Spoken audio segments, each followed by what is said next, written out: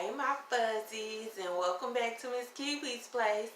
Today we're going to do a story time while I take down my braids. We're going to be talking about growing up with a schizophrenic grandmother and her worst episode that I saw. So let's get into schizophrenic, as I said in the intro. And for whatever reason or another, at different times, she would stop taking her medication that was controlling her schizophrenia. And when she didn't take her medicine, then she would just like slowly become just not herself. My grandmother was a very southern religious woman. She didn't wear pants. She didn't curse. She didn't drink, smoke. She didn't do any of those things that, I feel like there were two kinds of grandmothers in the South. There was that grandmother that, well, it was actually three. It was that grandmother that would like smoke and drink, play cards, do all that, but they weren't really going to church like that unless it was like a holiday. Then you had the grandmothers that were so religious that you could not like get away with anything with them. Then you had the grandmothers that did a little bit of both. The grandmothers that smoked and drank and had a good time on Saturday, but you was getting up going to church on Sunday. They wasn't hearing about it. Now, my play grandma, she was like that. My play grandmother, she was really fun. And, my play grandma and my mama, they used to make us outfits and everything. So, the worst time I ever seen my grandmother have a schizophrenic, like when she stopped taking her medicine. Like my grandmother would, when she stopped taking her medicine, she would leave out the house in the middle of the night or early in the morning, and she would be walking to her church, which was a few blocks away from where we lived at. And they had like a private school, a daycare, and it was a church. And so they would find her at times walking down the street cursing in her nightgown. So you would automatically know that, they would call my mom and let her know that what happened and they had found her and, things like that. But my grandmother, like when she was in her right mind and everything, she didn't curse, she didn't do any of those things. You wouldn't find her indecent, things like that. But this particular week, my grandmother had decided that she wasn't going to take her medicine. And when she was at the private school, at the daycare that she worked at, one of the little children wasn't listening to her, and she kind of yanked them off the water fountain. And so they sent her home until she started taking her medicine again, and it got in her system good, and she was okay. So at this particular time, one of my uncles was living with us. And so, of course, my mom was battling with my grandmother, because when my grandmother was off of her medicine, she would say she only had one child, but she had 7 grandchildren. Because she didn't like my mom very much when she was off her medicine, and they would, fight a lot when she was off her medicine. So, my mom's trying to make her take her medicine or go check in at the mental hospital, which she didn't want to do at first. And when she couldn't be at the church, she was having trouble with it. So one night she was doing really bad. my grandmother had been washing and drying and folding clothes all day long. And when I say all day long, my grandmother started washing clothes maybe at like 7, 8 o'clock in the morning. And this was like on a Sunday. And she was just washing clothes all day long. Of course, you know, she had 6 grandchildren that were right there in the house. So, of course, there was plenty of clothes for her to wash and dry. And, you know, as long as she wasn't, you know, hurting herself or anybody else, my mom used to just let her do stuff like that. I mean, we done came home and this very religious woman was sitting on the couch watching South Park and laughing, dying laughing. And it was like maybe, I'd say it was probably about 65, 70 degrees outside, and my grandmother had on the heat. We had one of those,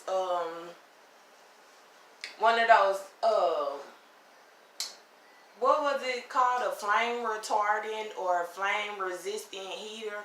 Like, you could actually sit on this heater and you wouldn't get burnt. And my grandma had that heater up on high. And you know, it used to have those, like, I want to call them concrete, but I'm not exactly sure if they're concrete. But, you know, those things that sat inside of the heater. And my grandmother had it on high. And I mean, it felt like hell in there. Like, you were literally, we were, like, you bust out in sweat beads as soon as you walk in the house. But she's in there just comfortable as day, watching South Park, just laughing. And as long as she was doing it, nobody would bother her. So comes this Sunday night when she's doing all this washing and stuff. And my uncle that lived with us, you know, it was her brother. But he eventually was going to have to go to work. But my grandmother had went and got a wet towel. And you know how you see those football players and basketball players winding the towel up and popping people with it? Well, she was doing that to him in his face while he was trying to rest for work. And he, you know, she kept doing it and kept doing it. Until he came in there and told my mama, he was like, my mom's name was Victoria, but they used to call her Mickey. And so he came in there and he was like, Mickey, all them chairs is not around the table. The elevator is not going to the top. The cuckoo is not in the clock. I'm going to work. I'm going to sleep in my car at work. I can't take it no more. At the time, it was funny, but it wasn't funny. Because my grandma was really going through. And she was not acting like herself at all. Like, my grandma, she was not acting like herself. So she would, like, before we went to bed, we always had to, you know, read our Bible verses and pray. My grandma, that Sunday night, my grandma had us down there on our knees for like an hour and a half. So my mama came in there and told her that we had to go. Mama, let them kids get in the bed and go to sleep. They got to go to school in the morning. So we gets up. No, we go to bed. We all go to bed so we can go to school tomorrow or whatever. And, you know, we in the bed trying to go to sleep. But, you know, my grandma still got the light on. She's still washing. She's still, you know, doing her. And, you know, eventually, you know, I fell asleep. But you know how when you sleep and you feel like somebody watching you or standing over you or something? And I could hear leaves rustling.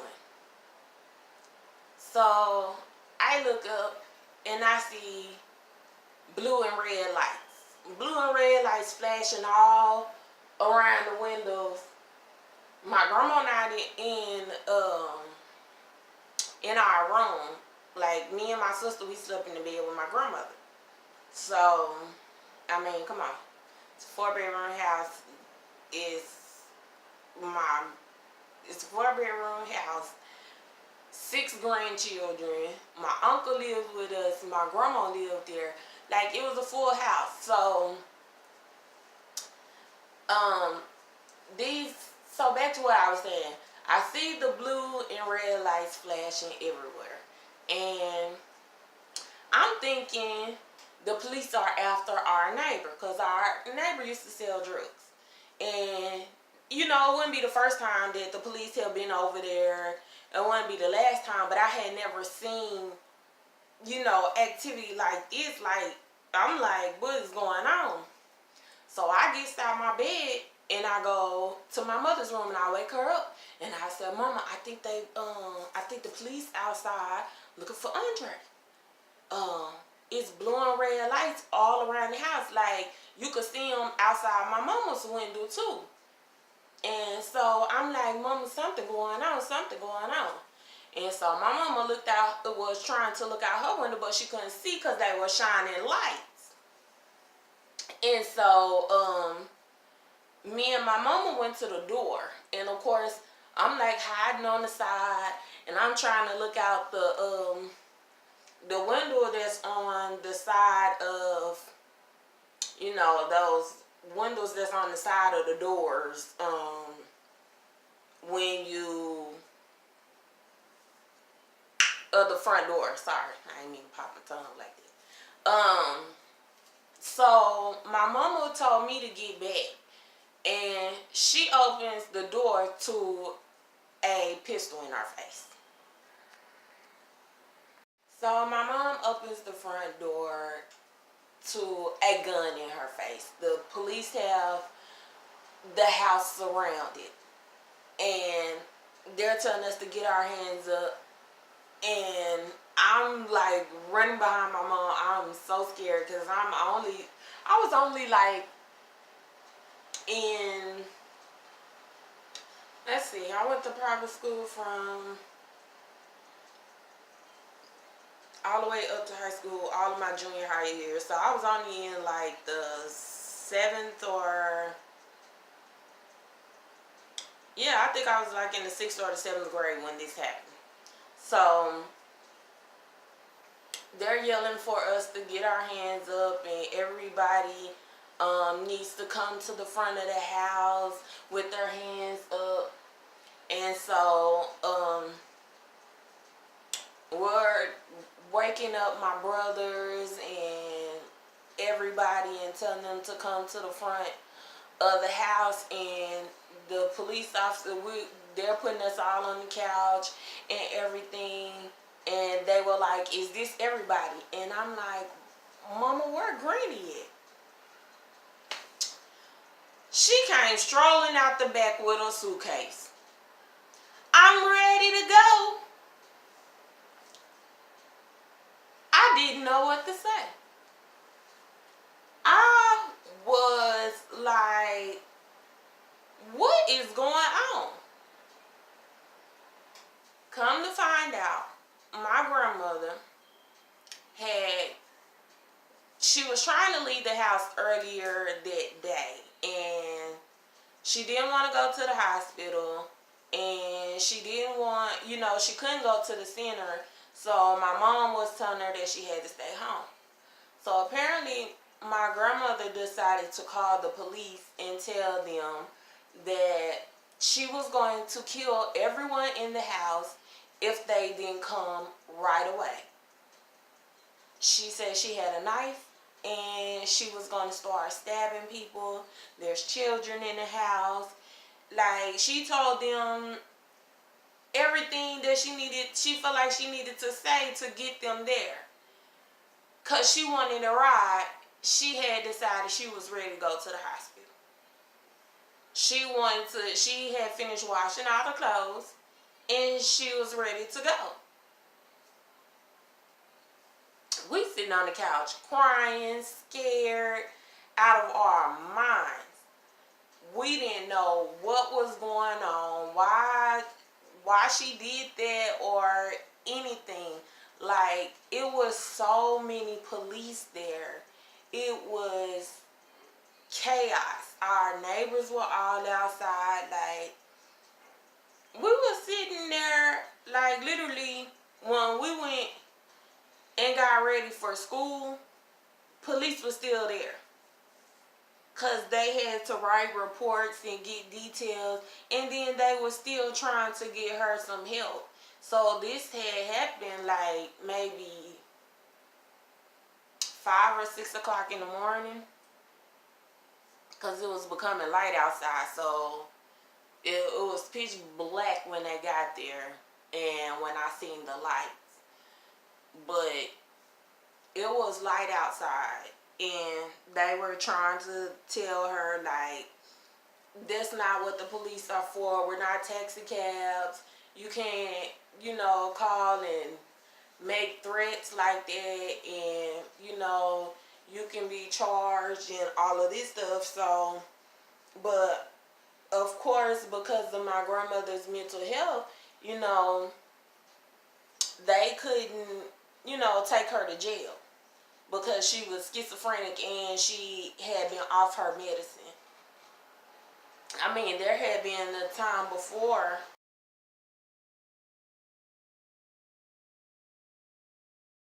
There was a time before that this happened and my grandmother had got off of her medicine. And her and my mom had gotten to, like, I wouldn't say it was necessarily a fight, but my mom was trying to restrain her and keep her in the house and from walking down the street and stuff, while she was off of her medicines because, anything could happen to her. And they had gotten kind of a tussling match or whatever, and both of them ended up with scratches. And I think that time my grandma called the police too. Or one of them called the police, and the police told her that they had to arrest both of them. And unless my grandmother agreed, like, that my mom wasn't trying to hurt her or something, and that she agreed to go to the hospital. That was the only way my mom didn't end up going to the hospital. Going to jail that time. My grandmother, when she was off her medicine, she was something else. Baby, my grandma would cuss like a sailor, and she would all get violent. Like, one, we was the time when they were about to get arrested, my grandmother had gave me some beads to wear to school, and it was out of dress code. And so, of course, my godparents were like the principals of the school. And so she told me to put the beads on. And I was trying to say, Grandma, I can't wear these to school, it's out of dress code. And she was like, you put them beads on and you wear them to school. And you tell Cheryl that if she say anything to you, I'ma slap her face like I did the last time. I was like, oh my God. My mama was behind her, just like nodding her head, like, just put the beads on. And when I got outside to the porch and she was finna say bye to us, my mama slipped the beads off of me, took the necklace before I went to school.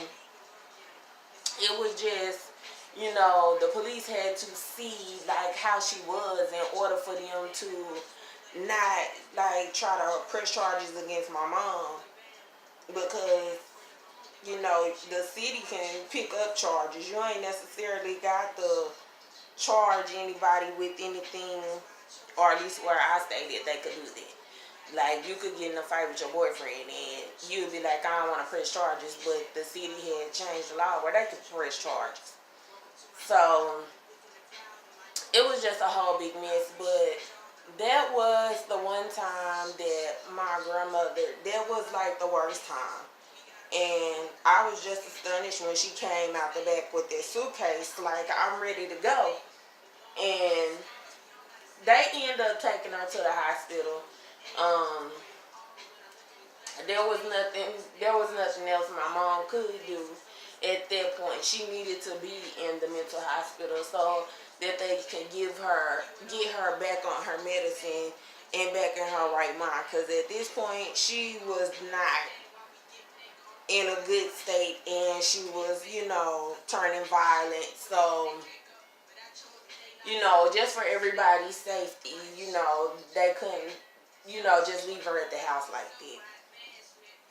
So, you guys, even though I'm not done taking my hair down, that is the end of that story time.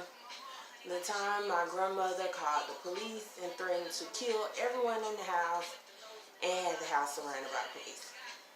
So, I'm finna get off of here and finish taking down these braids and wash my hair. So, until next time, bye my fuzzies. Love you guys.